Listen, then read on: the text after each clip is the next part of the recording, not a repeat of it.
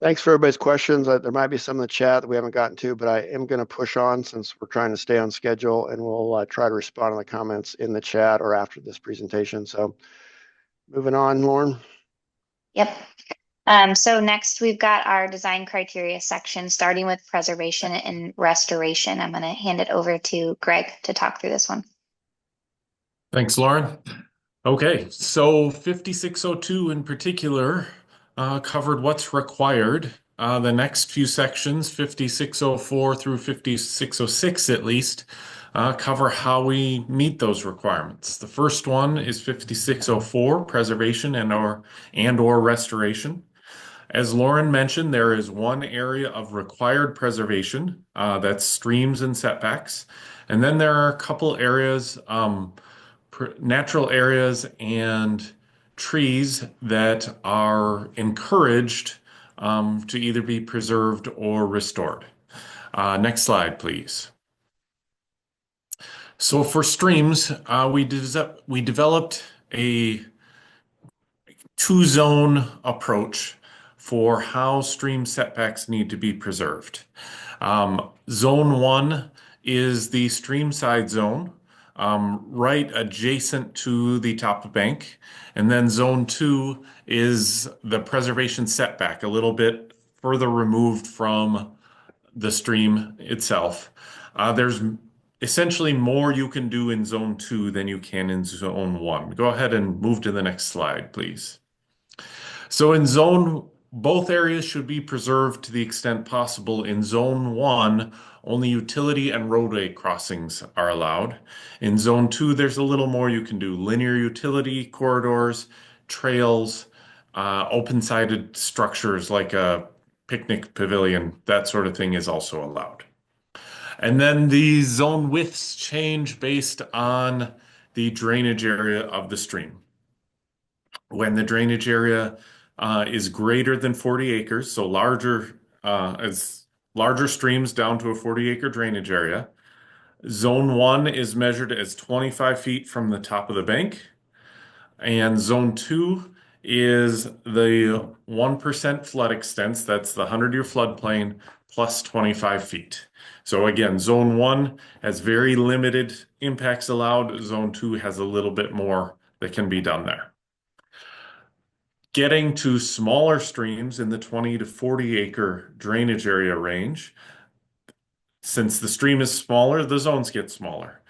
Zone 1 is 10 feet from the top of the bank, and Zone 2 is 50 feet from the end of Zone 1, or the 1% flood extents, that 100-year floodplain plus 10 feet. So as you can see, both of these setback requirements, regardless of the stream size, are intended to preserve that 100-year floodplain. And then the final category, 10 to 20 acres, is a recommendation, not a requirement. Zone 1 and Zone 2 rules are put on there as well. In the exceptions, no exceptions for the larger streams in the 20 to 40 acre range. Some channel modifications are allowed when the setbacks essentially make the property undevelopable. Next slide, please. The following preservation things are encouraged and incentivized, not required. If you have a natural area on the property, the easiest, most straightforward approach for a development is to leave that preserved area or that natural area, exclude it from the limit of disturbance. If it's excluded, there's no additional requirements. It's just not part of the requirements. It doesn't go into the calculations. However, there may be times that a preserved area should be included within the limit of development.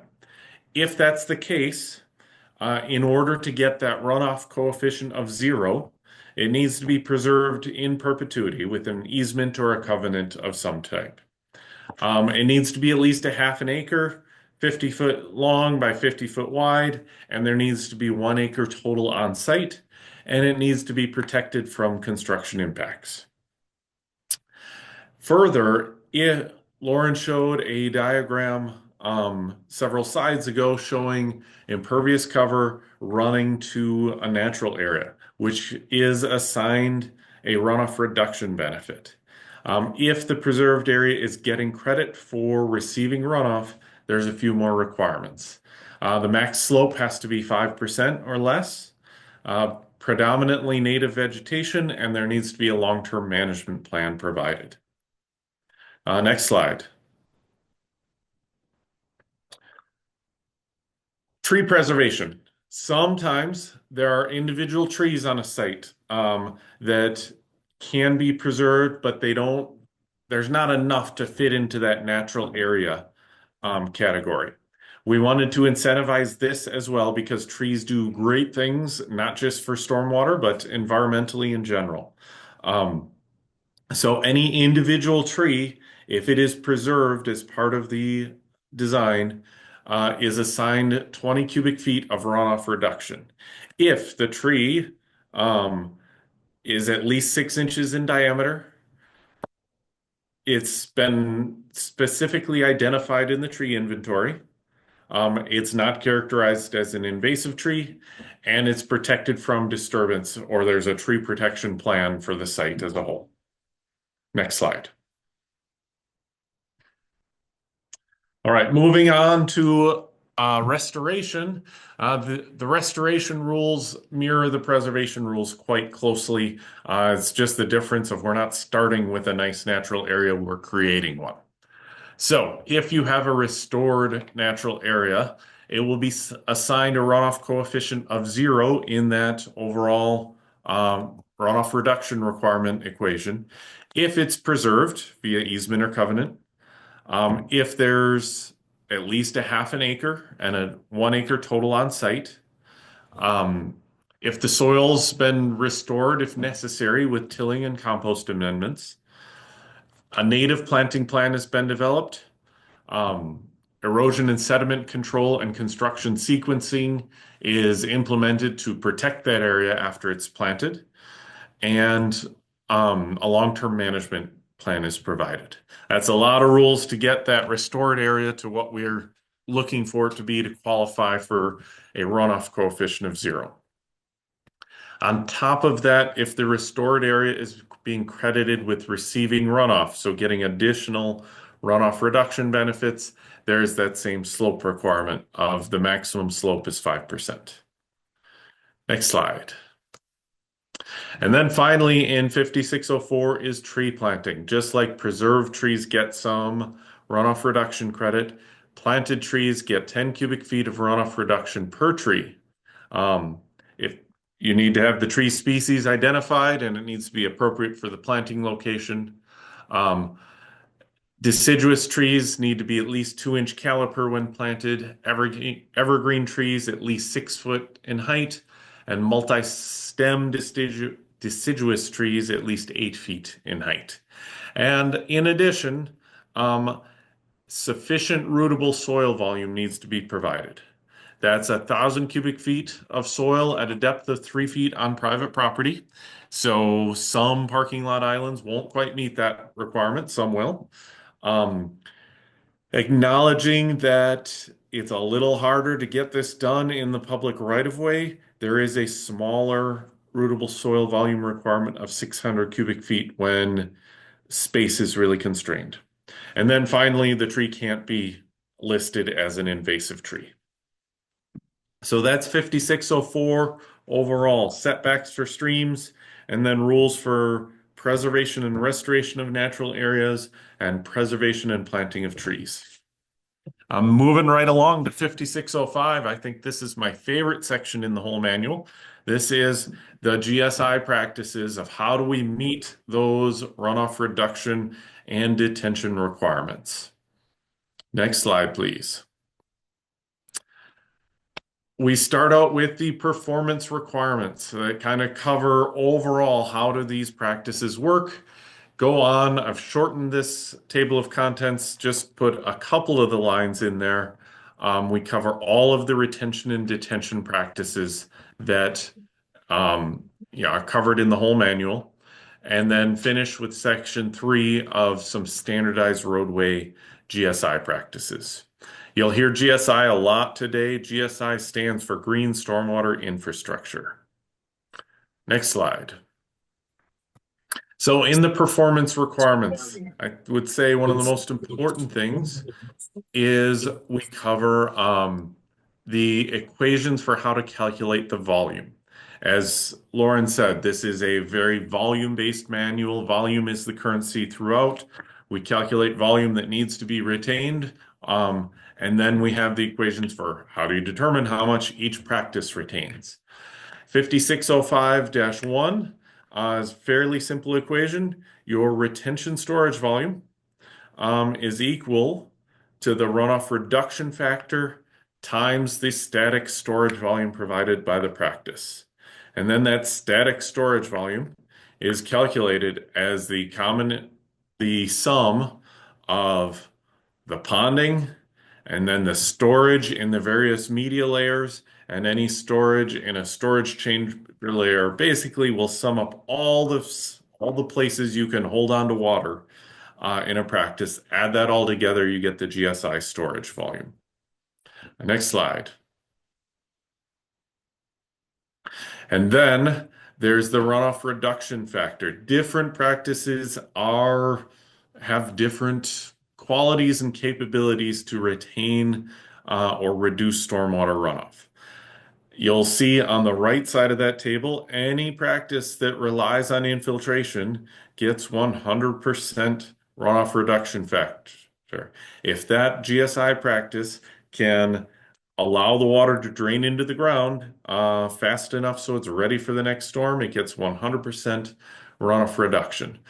Other practices that have an underdrain or a different way to get rid of water get less credit. Some get a lot. Bioretention gets 80%. Green roof still gets 100%. Others a little. Blue roof gets 20%. Wet detention basin gets 10%. So there's different runoff reduction factors based on the percentage, based on the capabilities of that practice to hold on to water. Next slide. You saw a big group of GSI practices on that previous slide. I'm just going to go through one of them today because we've got a lot to cover. Bioretention, one of my favorites because it covers the it includes infiltration, evapotranspiration, extended filtration. It does a little bit of everything to manage stormwater. Each GSI practice section starts with those same equations we talked about earlier of how showing it explicitly how to calculate the storage volume and then how to calculate the actual retention volume by multiplying by the runoff reduction factor. Next slide. And then each practice goes through the design considerations that are specific to that practice, covering things like, allowable side slopes, infiltration testing requirement, how does the practice get dewatered, ponding depth, all those kind of overall practices, in this case, that make a bioretention area. And then the second part of each GSI practice section covers the typical GSI components. Every bioretention needs inlets. It needs energy dissipation and pretreatment. Some might need area protection. All of them have soil and aggregate media layers. For all of the GSI practices, these components tend to be the same or very similar. Like inlets are the same whether it's a bioretention or a pond, for example. Underdrain piping is very similar whether it's bioretention or permeable pavement. So that is the reason we've kind of pulled out these GSI components. They are referenced in each GSI practice section and then covered in more detail in 5606. Next slide. After the overall GSI practices, we have a short section on standardized roadway GSI practices, this 5605.3. These were all designed, they're very similar to others. You can see there's bioretention planters in there, there's infiltration trenches. These are roadway specific versions of these. They've been pre-sized, saying, okay, here's what a stormwater tree planter is. If you put these tree planters along your new roadway, in the spacing that's recommended, then you can treat that roadway as fully managed. That runoff reduction requirements have been met. So it's a little bit of a shortcut method for roadway projects of if you put these standard practices in, you meet the runoff reduction requirements. And I think I have one more slide. Just wanted to give a little shout out to Appendix F. Andy mentions these earlier. We have several example scenarios that were put together based on versions of real design saying, okay, now we have these new rules we're putting it together in this manual. How might a designer put in place their bioretention and their dry detention and so on to meet the runoff reduction and the detention requirements? Each of these examples has a drawing and the spreadsheet calculator to go with it to show here's how this site might meet the actual requirements.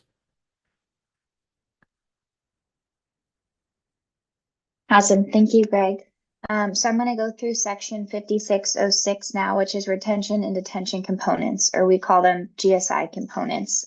So Andy had showed a similar graphic before, but really this is built in a component-based approach, understanding that green infrastructure designs are pretty unique to your site. So it's really hard to develop a standard detail because it's not one size fits all. But you can start to standardize the components that are common across lots of different applications and different practices.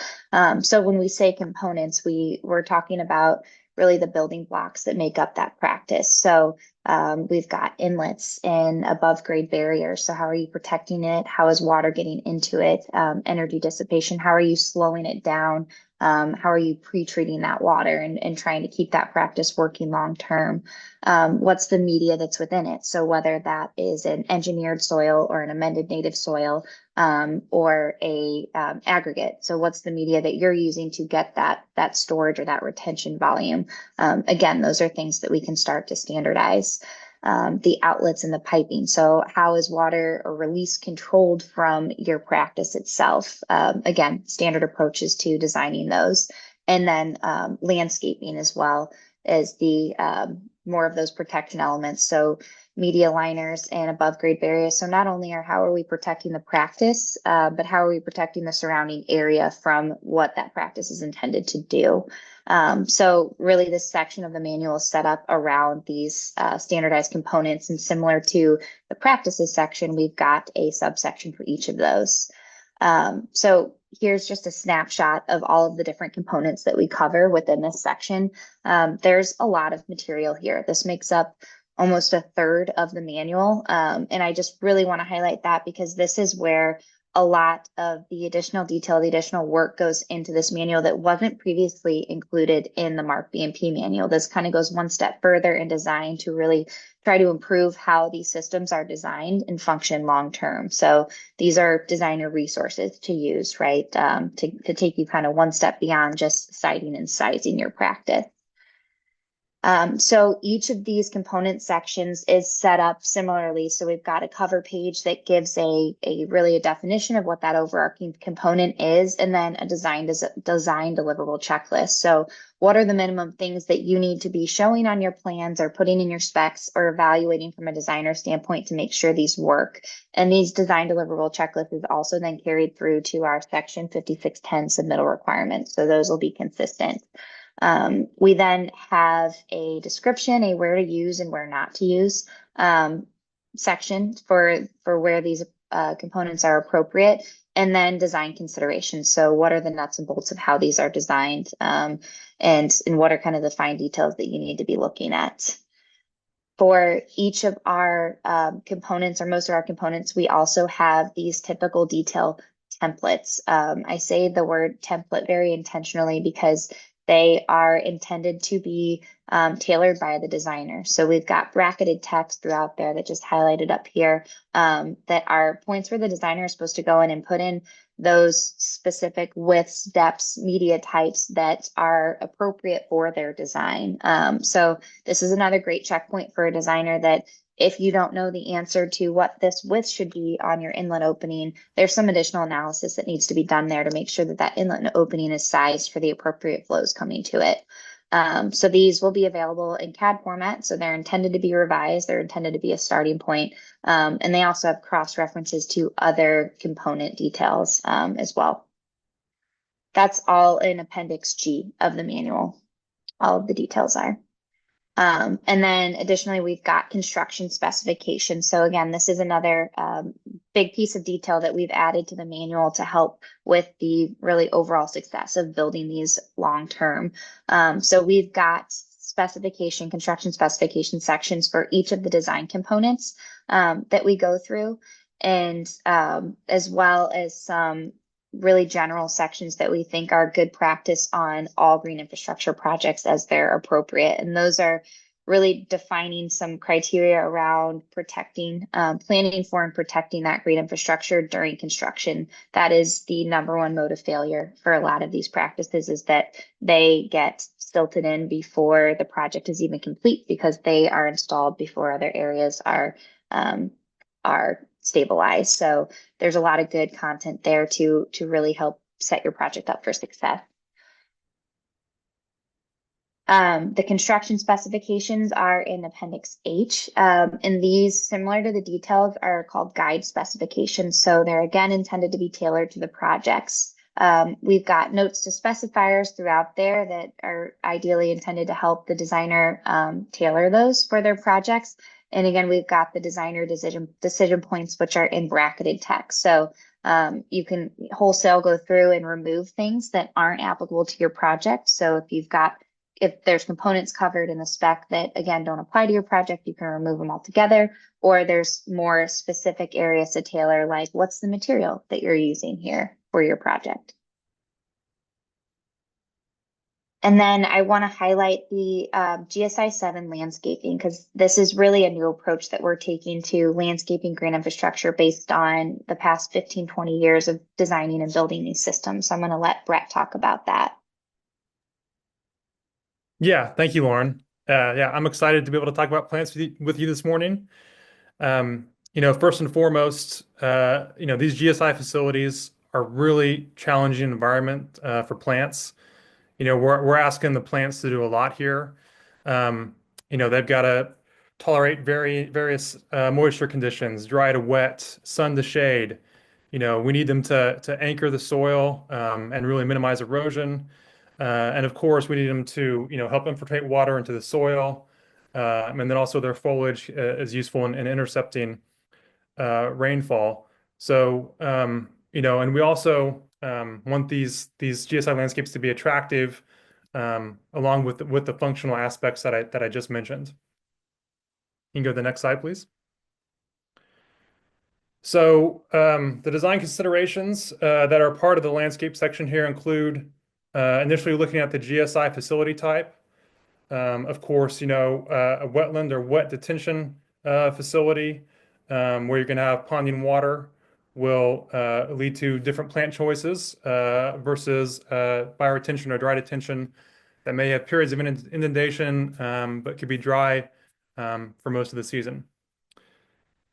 Also, native plants are, of course, a critical component of these landscapes. And I think it's well established, the benefits with water function, reducing long-term maintenance, and then also the biodiversity benefits. And getting into where this new landscape section is a change. Traditionally, landscape design is kind of prioritized visual appeal with the goal of managing and keeping plants kind of in a static state. Plants are evenly spaced, 24 to 36 inches on center. And while that may be meeting some of the aesthetic needs of these facilities, it's not truly meeting all the functional needs. So that's why this section now, we really want to view the GSI landscape as a more dynamic planting. We want to be able to allow these plants to move around, fill in gaps, and really respond to any environmental changes that occur month to month and year to year in these facilities. Next slide, please.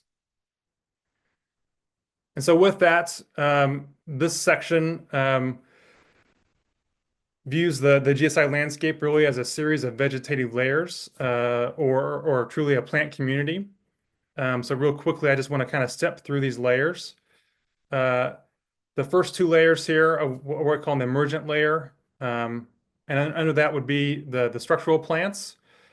And these plants are really those that have big leaf textures, strong forms and stems, and they're generally long-lived and persist in the landscape. Of course, trees, shrubs would be considered structural plants, but also some of your larger perennials and grasses.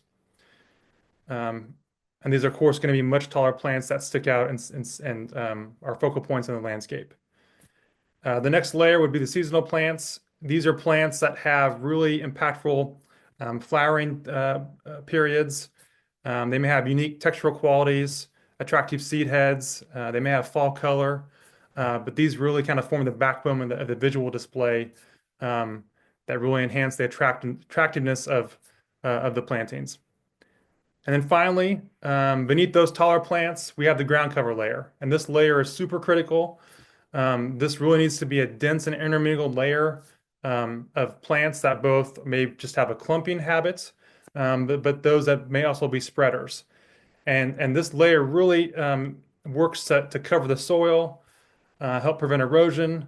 They're going to help outcompete weeds and really function as a living mulch kind of beneath those taller emergent layers, with the intent here of using those plants to really help reduce maintenance here, because we know weeds, erosion are two big main tasks. But we really need to be letting the plants do the work for us. Next slide, please. So this section, it does give some brief examples of each of these plant types. You can see the structural plants on the left, everything from Baptisia, Joe Pyeweed down to swamp milkweed. The seasonal plants in the middle there, some of those may be familiar, such as purple coneflower. And then the plants on the right would be your ground covers. And this is where sedges are really some of our best plant friends.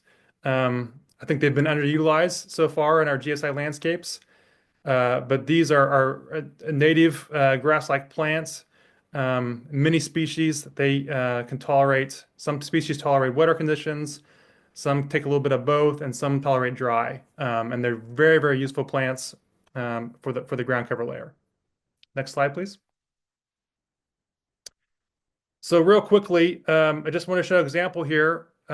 This is a stormwater facility using that layered approach. And as you can see, there's the taller kind of upright grasses and rushes in there. Those really kind of form that structural layer. And this photo is a little bit early in the season, of course. So the perennial layer that would have some of the flowering and blooming interest hasn't quite come along. And then beneath that, there's a mix of 5 different sedges to help form that ground cover layer. But really just wanted to show this picture here because there's about a dozen different plants in this photo. But really we just want to emphasize that you can get both diversity and legibility in these landscapes to make sure that, again, they're both attractive and functional. Next slide, please. So design criteria based on this layered approach.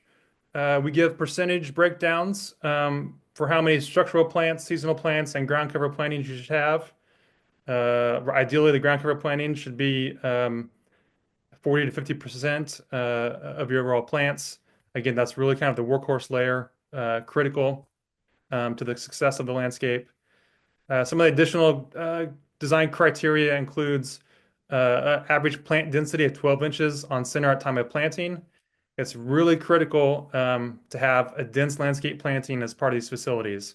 Again, it's going to help promote infiltration, reduce maintenance in the long term by anchoring the soil, and again, just give a better overall attractive appearance. There's an emphasis on native plants as part of the landscape design.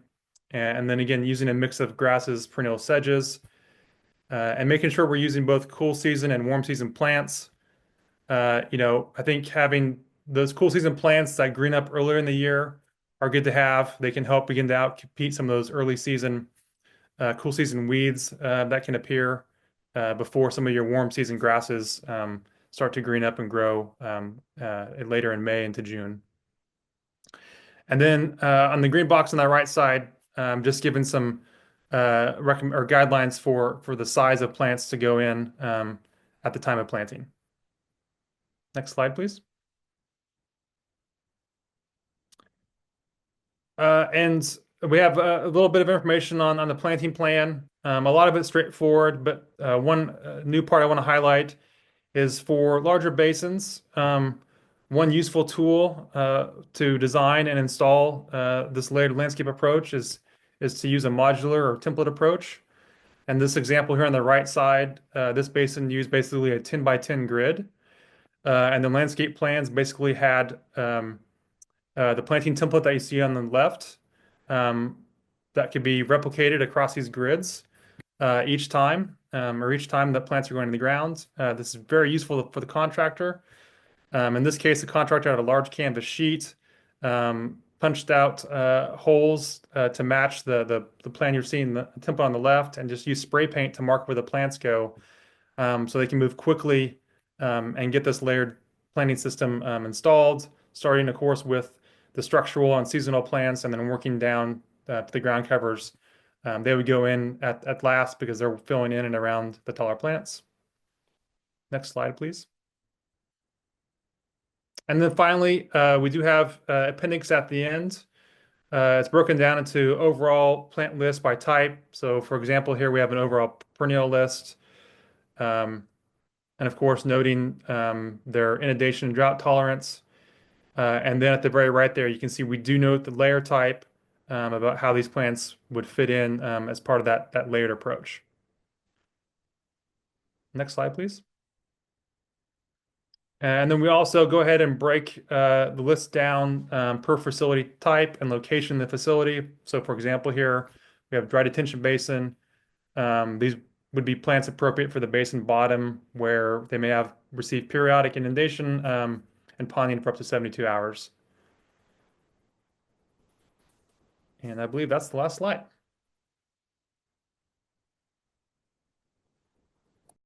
Yeah, All right. with that, oh, go ahead, Andy. Yeah, I was going to say the same thing. With that, yeah, we have running a little behind, but that's okay. We're staying pretty close. So we have about 5 or 10 minutes for questions. I know we have several in the chat, so I don't know where we want to start. Probably Joe sees them probably the best. I don't know if you want to start reading those off. Yeah, so we had a couple questions left over from last section that we'll try to get to at the end, but we'll Okay. stick to ones relevant to this section. So first one, our question on the zone system, typically 100-year floodplain isn't delineated early in the process. This would make it so a flood study would be required for small streams to determine the flood limits before a land use decision is even made. That's a significant additional requirement for a project that might not be approved. This comment was made back in December.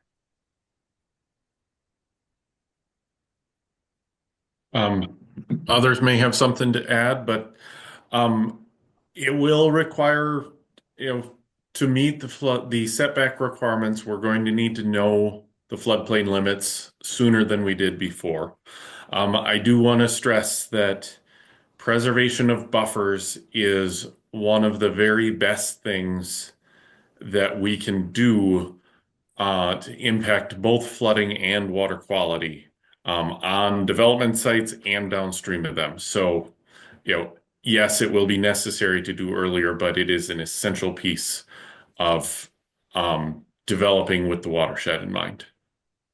Just to kind of expand on that too. So the current 5600 does require the 100-year overflow routes be defined. And that's not necessarily something that's required to be defined up front, but it is something that's required to be included in the projects by the final acceptance stage, right? So I think this also addresses some of the developer concerns we heard early on in this process of surprises that come later on or at their final development stages. So the goal was really to define what those requirements are going to be up front, so they're not making costly changes to their plans late in the game. And the next question we have, I think this one's for Brett. It says, is there a recommended mix of ground cover? Yeah, so currently there's the appendix has a listing of plants. That's something that we've been discussing as a team to provide some example mixes. Um, so not currently there's not currently one in the session that you'll be reviewing right now, the draft you're reviewing, but that is something that we do intend to include in the final manual. I would just like to add to that, Brett, real quick, that the key here is that we've talked about getting a variety, dry mix, wet mix, shade mix, sun mix. We're right now in the past been doing too much of, well, it's going to be wet because it's a bioretention facility, and we're seeing that we're not getting enough water in some cases. So a diversity of mix is important. Okay. Lastly, we've got a question from Logan Healy about stormwater utility fees. There's a lot going on in this question, a couple examples. Logan, I was wondering if you wanted to just pop on and ask the question yourself. Yeah, there's an example in the comment, but basically wondering if this update provides any recommendations for the many jurisdictions in the metro that have a stormwater utility fee, and in particular, if there's a way to utilize the stormwater utility fee in a updated way to account for different types of land cover, and how those function with stormwater. Yeah, I'll try to address, I think, your question, Logan. I think related to the cities or municipalities that have stormwater utility fees, it will, I think, really be up to them of how they might give any type of credits, since those are specific to that jurisdiction. We are obviously, I think, silent on that throughout this manual, given that this is meant to be an overall regional manual.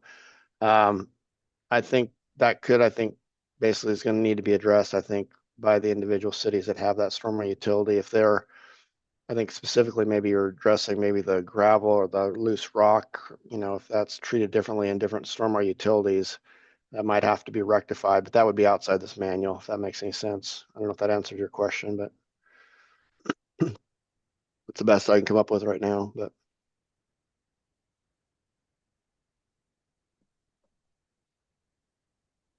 Okay. Are there any other questions on section 2? We still have a couple of questions left over from the previous section, and we'll try to get to those at the end. that'd be great, Joe. Yeah, because we're actually right back on time again. So